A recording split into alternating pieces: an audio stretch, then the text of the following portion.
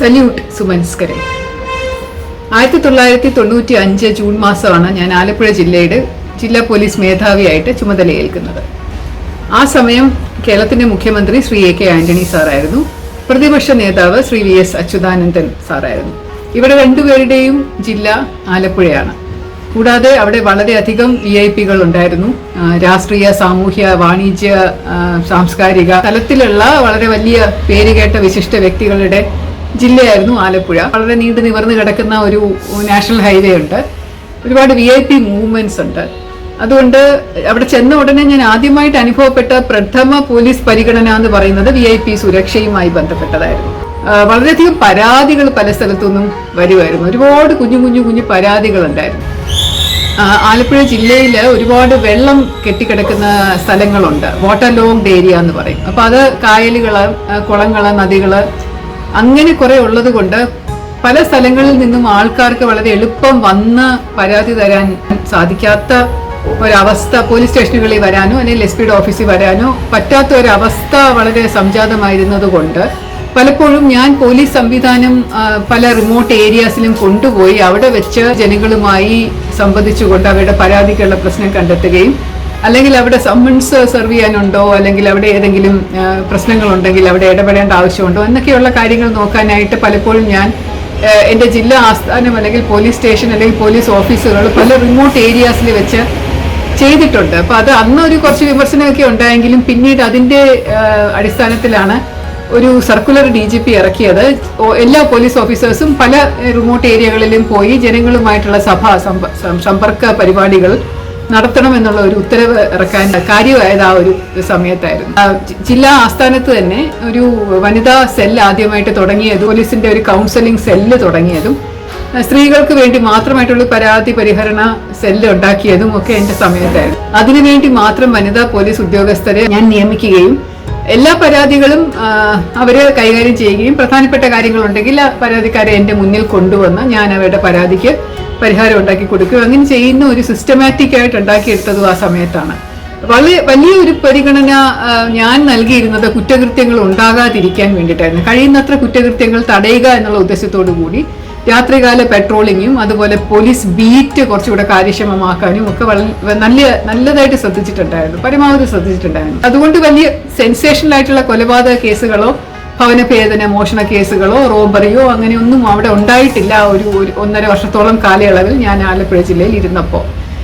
പക്ഷെ എന്നെ ഏറ്റവും കൂടുതൽ വ്യസനപ്പെടുത്തിയതും ഒരുപാട് ബുദ്ധിമുട്ടുണ്ടാക്കിയതുമായിട്ടുള്ള സംഭവങ്ങൾ ദിവസേന നടന്നിരുന്നത് റോഡുകളിൽ, നിരത്തുകളിൽ ജീവൻ നഷ്ടപ്പെടുന്നത്, പിടഞ്ഞു മരിക്കുന്നത്. 100 കിലോമീറ്ററോളം ഉള്ള നാഷണൽ ഹൈവേ ഉണ്ട്. പിന്നെ MC റോഡ് വേറൊരു സ്ഥലത്തൂടെ കിടപ്പുണ്ട്.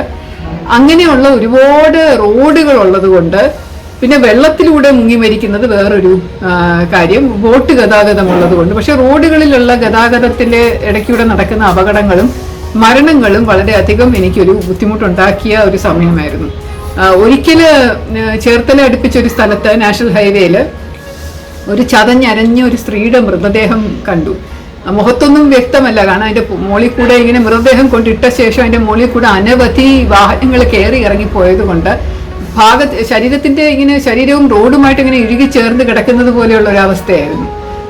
ചില സമയത്ത് ദൂരെ തെറിച്ചു പോയതുപോലെയുള്ള ഒരു കൈയുടെ ഒരു ഭാഗം, ഒരു വെളുത്ത മെലിഞ്ഞ ഞരമ്പൊക്കെ തുറിച്ചു നിൽക്കുന്ന ഒരു കൈയുടെ ഒരു ഭാഗം, പിന്നെ അതുപോലെ ഒരു തലയോട്ടിയുടെ ഒരു ഭാഗവും, മുടി നരയൊക്കെയുള്ള ഒരു ചെറിയ നീണ്ട മുടി കണ്ടപ്പോഴാണ് സ്ത്രീയാണ് എന്ന് വ്യക്തമായത്. പക്ഷെ ഈ സ്ത്രീയെ എനിക്ക് ഒരുപാട് അന്വേഷിച്ചെങ്കിലും ഞാൻ അവിടുന്ന് പോകുന്നത് വരെ എനിക്ക് ആരാണെന്ന് അറിയാൻ സാധിച്ചിട്ടില്ല. മലയാളിയാണോ അതോ മറ്റ് സംസ്ഥാനങ്ങളിൽ നിന്ന് വന്നതാണോ, കൊലപ്പെടുത്തിയതാണോ, അപകടമായിട്ട് ഇടിച്ച് മരിച്ചതാണോ ഒന്നും വ്യക്തമല്ല. രാത്രികാലത്ത് ലോറികളിലും ഒക്കെ മറ്റു പല സ്ഥലത്തുനിന്ന് വരുന്ന ചരക്ക് വണ്ടികളുടെ കൂട്ടത്തിൽ ഇതുപോലെയുള്ള ആവശ്യമില്ലാത്ത ഡെഡ് ബോഡിയോ അല്ലെങ്കിൽ അതുപോലെ ജീവനുള്ള ആൾക്കാരെയോ ഒക്കെ മയക്കിയോ കൊന്നോ ഒക്കെ റോഡിന്റെ നടുക്കിലിട്ടിട്ട് പോകുന്ന ഒരു സമ്പ്രദായം ഉണ്ടായിരുന്നു എന്ന് ഞെട്ടിപ്പിക്കുന്ന ഒരു അവസ്ഥയായിരുന്നു അത് മനസ്സിലാക്കുന്നത്. അപ്പോൾ അതിന് ഒരു അന്നത്തെ കാലത്ത് ഇതുപോലെ റോഡുകളും നാഷണൽ ഹൈവേ ഒന്നും ഇത്ര വലുതുമല്ല, അവിടെ ഒന്നും ലൈറ്റുകളും ഇത്ര വ്യാപകമായിട്ടില്ല. അപ്പൊ ലൈറ്റ് ഇല്ലാത്ത ഇരുണ്ട സ്ഥലങ്ങൾ ഒരുപാടുണ്ട്. ഇല്ല, നാഷണൽ ഹൈവേ മൊത്തം വെളിച്ചം രാത്രി മുഴുവൻ വേണം എന്നുള്ള മറ്റൊരു പ്രപ്പോസൽ അയക്കുകയും അതിനുശേഷം അപകടങ്ങൾ കുറയ്ക്കാൻ സാധിക്കുകയും ചെയ്തു. ഈ സ്പീഡ് റെസ്ട്രിക്ഷൻസിന് വേണ്ടിയിട്ട് നിയന്ത്രണം എങ്ങനെയാണ് ഈ വേഗത കുറയ്ക്കാനുള്ളതെന്നുള്ളതിനെ പറ്റി ഒരുപാട് ചർച്ച ചെയ്ത് അതിന് വേണ്ടിയിട്ടുള്ള പല കാര്യങ്ങൾ ബൈ റോഡുകളിൽ നിന്നിറങ്ങി മെയിൻ റോഡിൽ വരുമ്പോൾ അവിടെയൊക്കെ റംബ്ലറോ ഹമ്പോ സ്ഥാപിക്കാമോ എന്നുള്ളതോ അങ്ങനെയുള്ള പലതരത്തിലുള്ള ചർച്ചകൾ ഉരുത്തിരിഞ്ഞു വന്നതും പിന്നെ റോഡിൽ ക്യാമറ നാഷണൽ ഹൈവേ മുഴുവൻ ക്യാമറ സർവൈലൻസ് കൊണ്ടുവരണം എന്നുള്ളൊരു പ്രഥമ പ്രപ്പോസൽ കൊടുത്തതും ഒക്കെ ആ സമയത്തായിരുന്നു.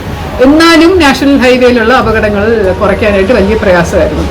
ഒരിക്കലൊരു തീർത്ഥാടനത്തിന് പോയിട്ട് തിരിച്ചു വന്ന ചോറ്റാനിക്കരയിലോ മറ്റോ ആയിരിക്കും തോന്നുന്നു, തിരിച്ചു വന്ന ഒരു കുടുംബത്തിലുള്ള 6 പേര് സഞ്ചരിച്ചിരുന്ന ഒരു കാറ് ഒരു ലോറി വന്ന് ഇടിച്ചിട്ട് ആ ലോറി ആ കാറിന്റെ പുറത്തൂടെ കയറി ഇറങ്ങി പോയി 6 പേരും 2 കുട്ടികളും ഉണ്ടായിരുന്നു. 6 പേരും മരിച്ചു കിടന്ന ഒരു സംഭവം ഓർമ്മയുണ്ട്. അവിടെ ചെന്നപ്പോ മൃതദേഹങ്ങളൊക്കെ മാറ്റിയ ശേഷവും ഓഫ് ചെയ്യാൻ പറ്റാത്ത രീതിയിൽ അതിന്റെ റെക്കോർഡ് പ്ലെയർ പഴയ കാറിന്റെ കാസറ്റ് ഇട്ടുള്ള പ്ലെയർ ആയിരുന്നു. അപ്പൊ അതിങ്ങനെ ഉറക്ക ശബ്ദത്തിൽ ഇങ്ങനെ ചോറ്റാനിക്കര ഭഗവതിയുടെ ഭക്തിഗാനം നിർത്താതെ കേൾക്കുന്നുണ്ടായിരുന്നു. അപ്പൊ പിന്നെ പ്രസാദമൊക്കെ അവര് ചോറ്റാനിക്കരയിൽ നിന്ന് കൊണ്ടുവന്നിരുന്ന എന്തോ പ്രസാദങ്ങളും വഴിപാടുകൾ നടത്തിയതും ഒക്കെ ഇങ്ങനെ ചെതറി കിടപ്പുണ്ടായിരുന്നു. അപ്പോഴാണ് എനിക്ക് മനസ്സിലായത് അത് തീർത്ഥയാത്ര കഴിഞ്ഞിട്ട് വന്ന ആൾക്കാരായിരിക്കാമെന്ന്. അപ്പൊ അപ്പോഴൊക്കെ നമുക്ക് തോന്നും ദൈവം എന്താണ് ഇങ്ങനെ ക്രൂരത കാണിക്കുന്നത്. ഒരു കുടുംബം മൊത്തം പോയി ഒരു ദേവാലയത്തിൽ പോയി പ്രാർത്ഥിച്ച് രക്ഷിക്കണേ എന്നൊക്കെ പ്രാർത്ഥിച്ച് തൊഴുത് തിരിച്ചു വരുന്ന വഴി തന്നെ അവരുടെ എല്ലാവരുടെയും ജീവൻ ഒറ്റയടിക്കെടുക്കുക, അതും ഈ ഭക്തിഗാനം കേട്ടോണ്ടിരിക്കുന്ന അവസ്ഥയിൽ എന്നൊക്കെ ഓർക്കുമ്പോൾ ഒരു ഇത്രയൊക്കെ ഉള്ളോ ജീവിതം എന്നുള്ളൊരു ചിന്ത മനസ്സിൽ കൂടെ പോകാറുണ്ട്.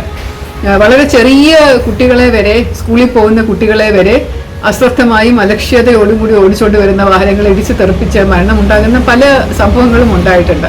അതിലൊക്കെ എന്നെ വ്യസനപ്പെടുത്തിയിരുന്ന കാര്യം നമ്മൾ സാധാരണ ഒരു കുറ്റകൃത്യം പോലെ വാഹനാപകടത്തെ കാണുന്നില്ല എന്നുള്ളതാണ്. പ്രതിയെ അറസ്റ്റ് ചെയ്താൽ പോലും ഉടൻ തന്നെ ജാമ്യത്തിൽ വിടണം. പിന്നെ എപ്പോഴെങ്കിലും കേസ് കോടതിയിൽ വിളിച്ച് പ്രതി വന്നു കഴിഞ്ഞാൽ തന്നെ വളരെ ചെറിയ ശിക്ഷയാണ് പലപ്പോഴും അവർക്ക് കിട്ടുക. ഒരു കാരണവും ഇല്ലാതെയാണ്, ഒരു കുറ്റവും ചെയ്യാതെ യാതൊരു ആവശ്യവും ഇല്ലാതെ നിഷ്കളങ്കരായിട്ടുള്ള ഒരുപാട് പേരുടെ ജീവൻ നിരത്തുകളിൽ അപഹരിക്കപ്പെടുന്നുണ്ട്. അപ്പൊ അതുപോലെയുള്ളൊരു കുറ്റകൃത്യത്തിന് ഇതുപോലെ അത് ചെയ്ത ആളെ ശിക്ഷിക്കാതെ വിടുക എന്ന് പറയുന്ന, അല്ലെങ്കിൽ ഒരു ചെറിയ ശിക്ഷ കൊടുത്ത് വിടുക എന്ന് പറയുന്നതും പലപ്പോഴും എനിക്ക് കഷ്ടമായിട്ട് തോന്നാറുണ്ട്. ഇതെന്താ ഇങ്ങനെ സംഭവിക്കുന്നത് എന്നുള്ളത്. പിന്നെ ചില വാഹനങ്ങൾക്ക് ഒരു പ്രൊട്ടക്ഷൻ ഉണ്ട്. അതായത് ഈ പെട്രോൾ ലോറികളോ അല്ലെങ്കിൽ ബസ്സുകളോ, സ്വകാര്യ ബസ്സുകൾ അല്ലെങ്കിൽ KSRTC ബസ് ആണെങ്കിൽ പോലും അതിന്റെ ഡ്രൈവർമാർക്ക് യാതൊരു റെസ്പോൺസിബിലിറ്റിയും ഇല്ല ഒരു സുരക്ഷിതത്വം മെയിൻറ്റെയിൻ ചെയ്യാൻ.